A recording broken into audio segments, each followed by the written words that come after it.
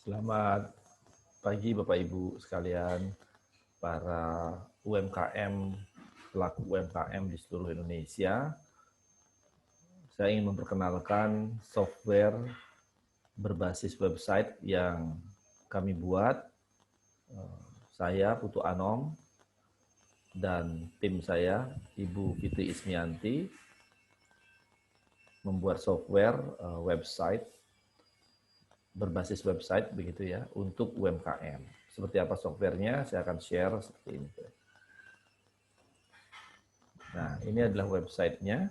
Bapak Ibu bisa lihat website itu namanya alamatnya umkm-bank.com seperti itu. Nah, backslash loginnya boleh diisi boleh tidak. Jadi umkm-bank.com. Nanti akan masuk ke sini. Apa sih software ini gunanya? Nah, kalau Bapak Ibu lihat di sini, software ini kalau diklik nih tanda I di sini, kita bisa baca di sini bahwa software ini adalah software bankable UMKM ini merupakan alat bantu simulasi bagi UMKM, saya besarkan saja, bagi UMKM untuk menganalisis aspek keuangan dan aspek bisnis berkaitan dengan kemampuan UMKM mendapatkan pinjaman pihak ketiga. Oke, pinjaman pihak ketiga itu bisa dengan bank, koperasi, atau kredit usaha rakyat. Ya. Software ini tidak serta-merta langsung menjadi pedoman bahwa suatu UMKM bankable atau tidak. Namun juga harus memperhatikan aspek peraturan pemerintah tentang perbankan dan UMKM, serta aspek non-bisnis dan non-keuangan lainnya, termasuk perubahannya di masa depan. Jadi software ini seperti alat bantu Bapak Ibu, untuk mengetahui apakah UMKM Bapak Ibu itu bankable atau tidak dengan menggunakan simulasi dari beberapa indikator bankable. Nah, itu ya. Apa itu bankable? Itu adalah analisis kemampuan pendanaan UMKM Anda melalui KUR atau perbankan misalnya, atau koperasi juga. Software ini merupakan dana didanai oleh dana hibah skema penelitian terapan unggulan perguruan tinggi atau PTUPT, Direktorat Jenderal Pendidikan Tinggi, Kementerian Pendidikan dan Kebudayaan. Saya akan mulai tutorial ini dengan awalnya tentu saja Bapak Ibu harus melakukan daftar dulu kalau belum pernah. Kalau sudah pernah biasanya nanti akan ada loginnya, emailnya apa, passwordnya apa, begitu ya. Tapi ini karena di awal saya ajarkan dulu tutorialnya untuk daftar. Daftarkan UMKM Anda, diklik, kemudian muncul daftar sekarang, nama UMKM-nya misalnya, nama UMKM-nya, nama saya Anomania, misalnya begitu. Jenis usahanya dipilih Bapak Ibu, jenis usaha ini berbasis pada list jenis usaha di Kementerian Perdagangan dan juga Kementerian Koperasi dan UKM. Oke. Ada banyak di sini pilihannya, Bapak Ibu bisa pilih sesuai dengan bidangnya. Saya pilih misalnya perdagangan besar dan eceran. Email saya masukkan ke sini, kelihatan emailnya ya, nomania.com, nomor teleponnya, oke, saya misalnya masukkan plus 62 Bapak Ibu, karena tentu saja UMKM-nya Indonesia ya, karena ini adalah software untuk Indonesia. Jadi saya masukkan alamat nomor telepon di sini, di dalam poin ini, sebentar. Nomor teleponnya aja lupa sendiri. Oke, sebentar. Ya, oh. Nah, ini 821, oke, karena sudah ada di depannya berarti tinggal 821 yang 4076.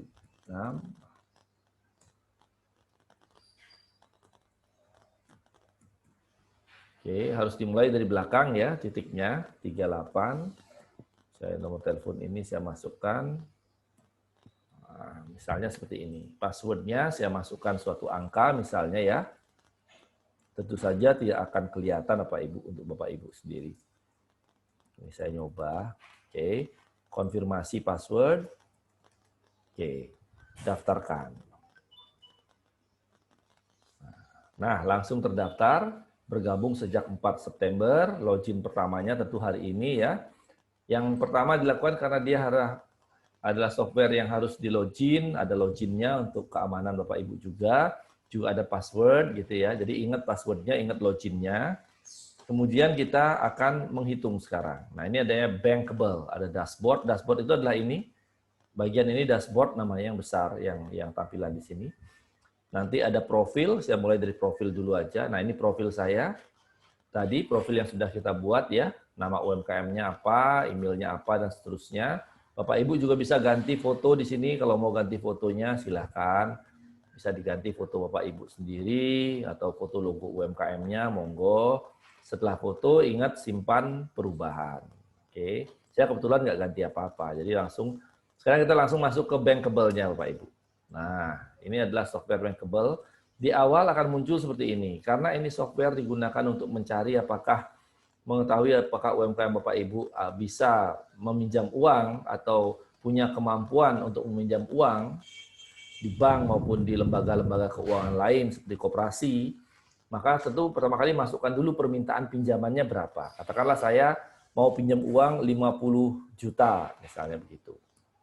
Oke, ini mau pinjam uangnya 50 juta, simpan dulu. Halaman pertama muncul seperti ini. Apakah Anda bagian dari anggota asosiasi? Apakah Bapak Ibu adalah anggota asosiasi? Biasanya ada anggota asosiasi ya, sesuai dengan bidang bisnis Bapak Ibu. Kalau iya, tinggal dicentang. Kalau enggak, ya ditutup. Berarti tidak, on off saja ini, on off. Apakah hubungan dengan supplier baik dan bersifat jangka panjang? Punya supplier jangka panjang enggak? Punya pihak yang bekerja sama dengan Bapak Ibu jangka panjang enggak? Kalau tidak off, kalau ya on, gitu ya. Apakah pernah meminjam kredit investasi di bank? Kalau sudah pernah meminjam dulunya, berarti ya. Langsung ada pertanyaan berikutnya, apakah pembayaran kredit sudah sesuai dengan kesepakatan kontrak dengan bank? Artinya, ketika Bapak Ibu waktu itu meminjam uang, katakanlah berapa kali pinjam, 5 kali pinjam, tapi yang terakhir itu apakah ada masalah nggak? Pernah ada nggak kesepakatannya sesuai atau tidak sesuai? Kalau apakah pembayarannya sudah sesuai, berarti iya. Kalau Bapak Ibu centang tidak, berarti ada yang tidak sesuai dalam pembayaran sebelumnya. Begitu ya. Maksudnya seperti itu. Ini sangat gampang, sebenarnya sangat tracingnya sangat mudah, karena kita akan jelaskan beberapa hal, termasuk karakter itu apa, capacity itu apa, capital itu apa, collateral itu apa, economic indicators itu apa, constraint itu apa. Contohnya di sini saya bilang bahwa saya belum pernah meminjam di bank. Nah, saya tidak pernah pinjam, baik itu di bank maupun di lembaga lain. Saya lanjutkan. Di sini akan muncul nilai dari suatu nilai. Nah, namanya nilai yang dimasukkan harap berdasarkan laporan keuangan terakhir atau perhitungan terkini. Ada tanda I ya Pak Ibu. Nah, tanda I itu berarti informasi. Oh, ini informasi tentang apa? Itu maksudnya. Oh, total aset. Bapak Ibu harus memahami dulu. Karena software bankable ini dirancang memang harus dengan sedikit banyak memiliki kemampuan akuntansi, tahu aset itu apa, gitu ya. Penjualan itu apa, itu paham. Oke, saya di sini tanya, total asetnya berapa, termasuk tanah dan bangunan misalnya. Saya tulis di sini, oh aset saya katakanlah termasuk tanah dan bangunan 100 juta, misalnya begitu. Oke, angka akan langsung bergerak ke 100 juta seperti ini. Nah, rasio penjualan terhadap aset, ini akan ditanya juga. Jadi berapa sih rata-rata penjualan 5 tahun terakhir? Jadi ini adalah nilai rata-rata penjualan 5 tahun terakhir. Oke, kita masukkan angka misalnya, oke, saya penjualan saya per tahunnya selama 5 tahun saya rata-rata begitu ya. Kalau usia saya kurang dari 5 tahun, usia UMKM-nya gimana? Ya pakai 3 tahun, pakai 2 tahun tergantung usianya. Atau baru berdiri kemarin, belum punya, berarti 0. Belum ada penjualan. Itu ya, karena ini datanya data tahunan. Nah, kalau dia setengah tahun, sudah ada, kalau Pak Ibu mau masukkan, misalnya 6 bulan saya sudah beroperasi, penjualan saya 10 juta. Oh ya sudah, kalau begitu asumsikan saja. Selama setahun berarti sekitar 20 juta. Nah gitu, kenapa kali 2 aja, kan 6 bulan kali 2 kan setahun. Nah, saya beri contoh di sini, misalnya saya sudah menghitung rata-rata penjualan saya selama 5 tahun, per tahunnya penjualan saya adalah katakanlah 75 juta. Nah, ini dihitung juga berapa rata-rata laba atau rugi selama 5 tahun. Ya, mungkin selama 5 tahun Bapak laba di tahun pertama, rugi di tahun kedua, laba di tahun ketiga, dan seterusnya, di rata-rata itu hasilnya positif atau negatif. Kalau negatif tinggal diisi minus angkanya. Minus berapa? 10 juta misalnya gitu. Bisa, berarti rata-rata rugi 10 juta. Oke, itu bisa minus. Atau kalau dalam konteks ini Bapak Ibu tulis, misalkan nih kita buat aja, rata-rata laba rugi saya katakanlah 20 juta rata-rata per tahunnya selama 5 tahun rata-ratanya. Saya lanjutkan, masuk ke capital. Di sini kita akan menghitung finansial dan permasalahannya. Pertama tentu saja harus tahu dulu likuiditas. Likuiditas itu adalah jangka pendek. Artinya bahwa di sini kita melihat rasio dari Bapak Ibu dalam jangka pendek. Rasio likuiditas namanya. Berapa nilai aset lancar. Nah, apa itu aset lancar? Tinggal di hover aja. Di hover itu diarahkan kursornya ke tanda tanya di sini, dia langsung keluar. Oh, rasio likuiditas itu adalah rasio yang menunjukkan kemampuan perusahaan untuk melunasi kewajiban dan janjinya. Oke. Nah, ini adalah besaran aset perusahaan meliputi uang, tunai, dan aset perusahaan lain yang mudah diubah atau dicairkan menjadi uang. Ya, bisa jadi piutang juga aset lancar. Katakanlah kas di sini. Saya punya kas 5 juta. Saya tulis 5 juta. Oke. Oh, saya punya aset. Oh, ada lagi aset emas dan deposito. Karena ini adalah UMKM, Bapak Ibu, bank sangat melihat kolateral atau jaminan. Jaminan yang bank lihat itu sebagian besar adalah jaminan yang berupa sesuatu yang bisa secara liquid cepat untuk diuangkan gitu. Emas, oh katakanlah saya punya nih emas 2,5 juta sama tidak ada deposito tapi emas saja, tidak perlu ditulis ininya tapi tinggal tulis 2,5 juta. Oke. Bisa di hovering juga Pak Ibu, dilihat apa itu ya, di tanda tanya ini dilihat apa itu dimaksud gitu ya.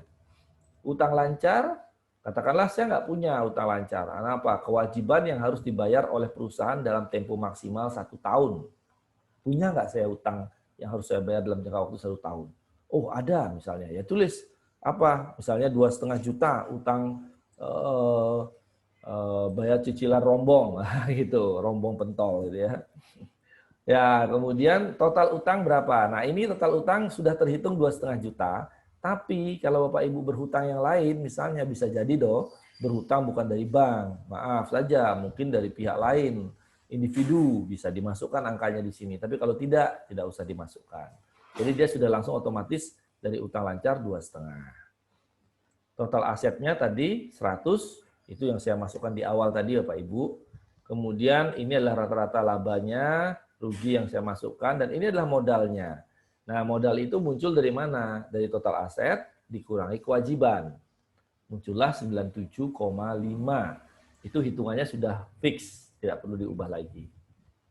97,5 juta.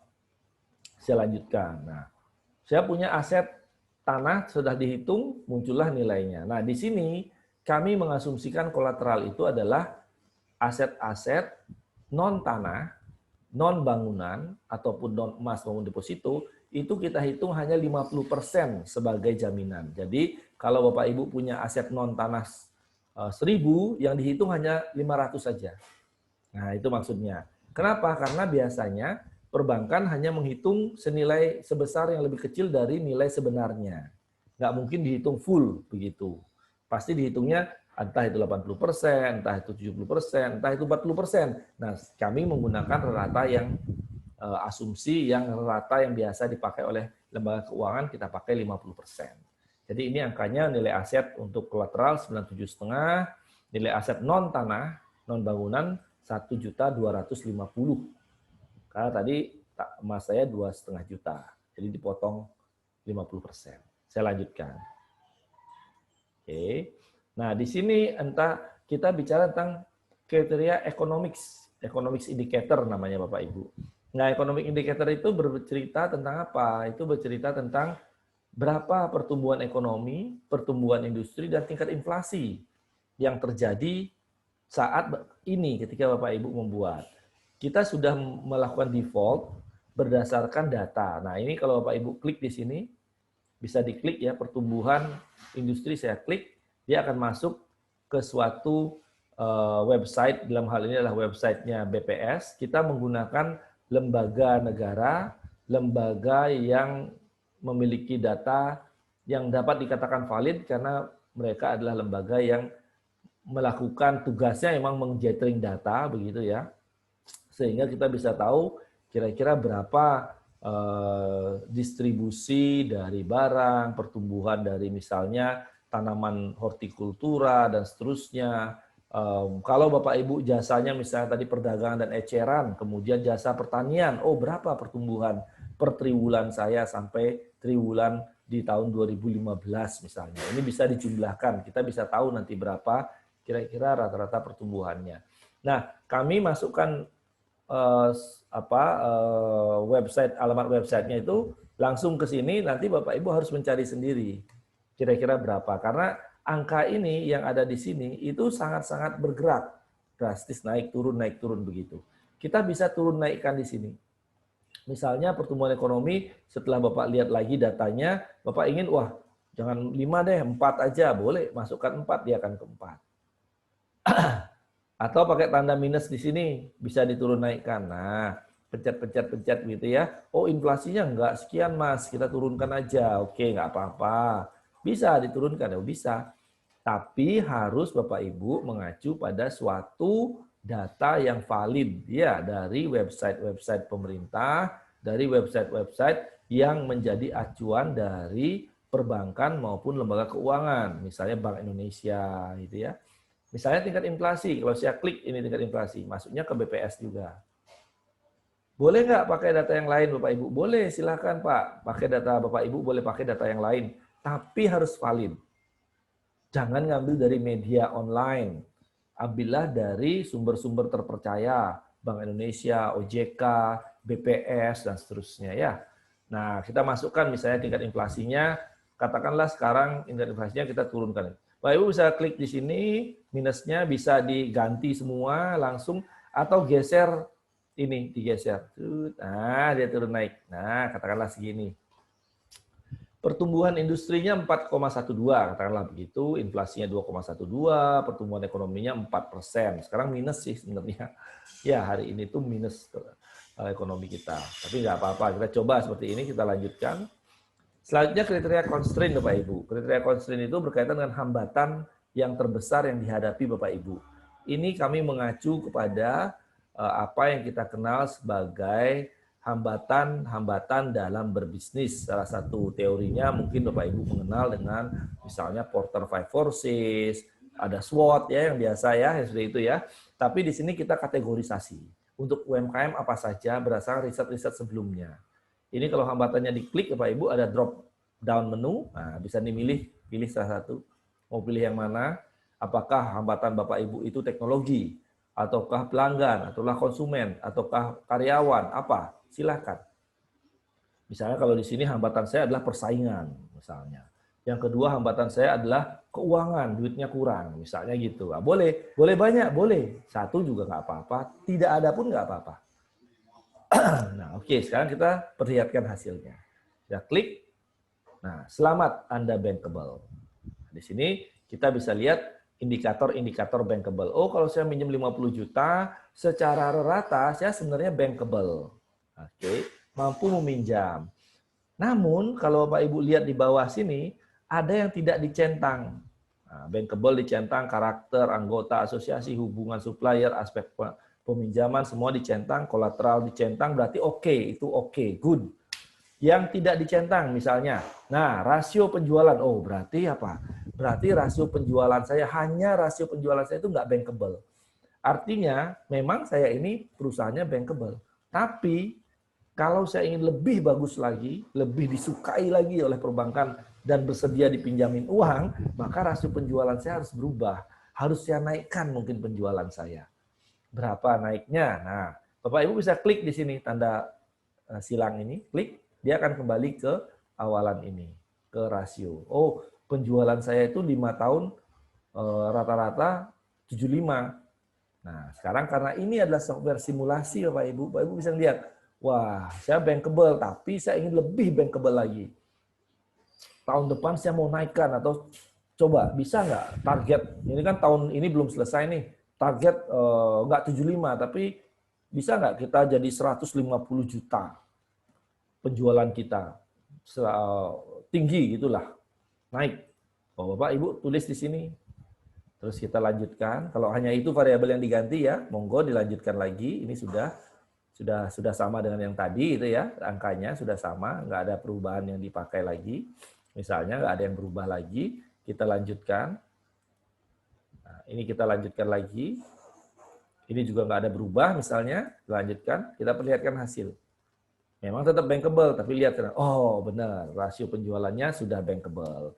Sudah bankable, artinya kalau tadi harus naik dari 75 jadi 100 lebih, wah baru bankable dia. Kalau nggak bisa. Nah itu ya. Jadi ini rasio-rasio ini, ini terhasil oh pertumbuhan ekonomi. Pertumbuhan ekonominya bukan berarti tidak bankable Bapak Ibu. Nah di sini beda lagi. Kenapa? Karena ini economic indikator. Indikator yang Bapak Ibu menjadi bagian dari proses itu. Bukan Bapak Ibu merubah, bisa langsung merubah. Artinya kita bekerja keras, kalau orang lain enggak ya. Indikator kan eksternalitas namanya. Artinya apa? Artinya pertumbuhan ekonominya itu memang nggak terlalu bagus sekarang. Ya tentu saja ini nggak akan terlalu bisa diubah sedemikian karena harus dari data yang valid. Saya bilang tadi kan sumbernya harus valid. Nah yang lain misalnya ini bankable bisa diklik lagi dan Bapak Ibu bisa simpan di sini. Simpan hasil. Kalau sudah simpan hasil ini nggak bisa dirubah lagi Bapak Ibu. Kenapa? Karena ini simulasi. Artinya nanti ketika diklik lagi OK History, nah, muncul nanti hasilnya seperti ini kan. Ketika Bapak Ibu pindah ke dashboard, nah di sini sudah ada hasilnya. Oh Jumat sekian saya mencoba mensimulasikan hasilnya bankable. Lihat detail, boleh diklik yang sebelah sini. Nah, oh ini hasilnya yang kita peroleh. Oke, karakternya seperti apa, kapasitinya bagaimana, dan sebagainya. Ini sudah nggak bisa dirubah lagi. Kalau ingin kemudian melakukan simulasi selanjutnya, klik lagi bankable Bapak Ibu. Klik bankable. Nah, mulai dari awal lagi, kemudian akan dilihat lagi apakah mulai permintaan pinjaman lagi. 50 juta dan seterusnya dicoba lagi boleh. Demikian kira-kira softwarenya. Nanti juga softwarenya bisa menunjukkan tidak bankable. Saudara saya akan tunjukkan ke Bapak Ibu seperti apa softwarenya kalau dia tidak bankable ya. Nah, ini software kami harapkan semoga bermanfaat bagi seluruh UMKM di Indonesia dan ingat ini gratis, tidak ada apapun Bapak Ibu membayar, tidak ada, kami berikan secara gratis sebagai pendidik. Saya dan Bu Fitri menyumbangkan ini untuk teman-teman UMKM bisa menggunakan, gitu ya. Silahkan dipakai dan kalau ada pertanyaan, monggo tanyakan saya, bisa email saya. Tadi emailnya udah muncul ya, anomania@gmail, silahkan tanyakan di Gmail boleh, tanyakan di IG saya boleh, silahkan. Terima kasih Bapak Ibu dan selamat berkarya untuk Indonesia. Ini bisa sign out, nah sign out-nya dari sini. Klik misalnya ini anomanianya, kemudian kita keluar, sign out. Ya, kembali ke awal. Kalau mau login karena tadi sudah ada, oh ya saya lupa. Kalau login kalau sudah ada, tinggal masukkan lagi Bapak Ibu di sini. Tadi nama email saya kan anomania Gmail, saya daftarnya. Kemudian saya masukkan password saya, nah, masuk, dia langsung masuk ke sini, masuk lagi. Sangat mudah, sangat mudah. Saya harapkan sangat mudah dan sangat bisa dipakai oleh Bapak Ibu di seluruh Indonesia. Terima kasih, selamat berkarya dan semangat selalu, sehat selalu.